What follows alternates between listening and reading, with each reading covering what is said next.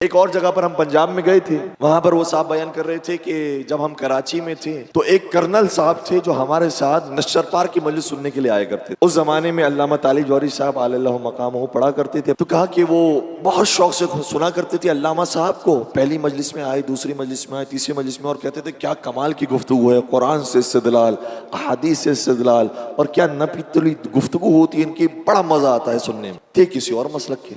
जब तकरीबन 5-6 मुहर्रम की तारीख तक आए वो, उसके बाद एक दिन वो अचानक गायब हो। हमने समझा कि शायद कोई मसरूफियत होगी इसलिए वो अगले दिन नहीं आ सके। उसके अगला दिन आया, फिर वो तशरीफ नहीं लाए। तो हमारे जहन में भी कुछ एक शक पैदा हुआ कि कहीं ऐसा तो नहीं कि इन्हें किसी ने वरगला दिया हो कि तो भाई शियों की मजलिसों में नहीं जाया करो। इसलिए मरतबा उनको फ़ोन लगाया, उनसे मुलाकात की, उनसे पूछा कि भाई क्या हुआ, आपको तो बड़ी पसंद आती थी अल्लामा साहब की मजलिस। उन्होंने ये जुमले कहे, कहा जो मैंने 5-6 मजलिसें अल्लामा साहब की अटेंड की है, उसके बाद ऐसा लगता है कि बस मैं अल्लामा ही के मकतब पर आने वाला, अपने मकतब को छोड़कर अल्लामा के मकतब की तरफ मैं आने वाला हूँ।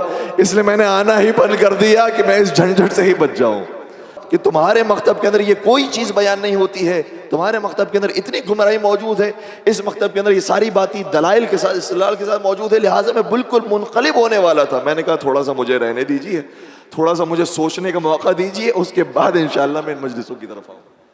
ये मजलिसें बड़ा मौजज़ा दिखाती हैं।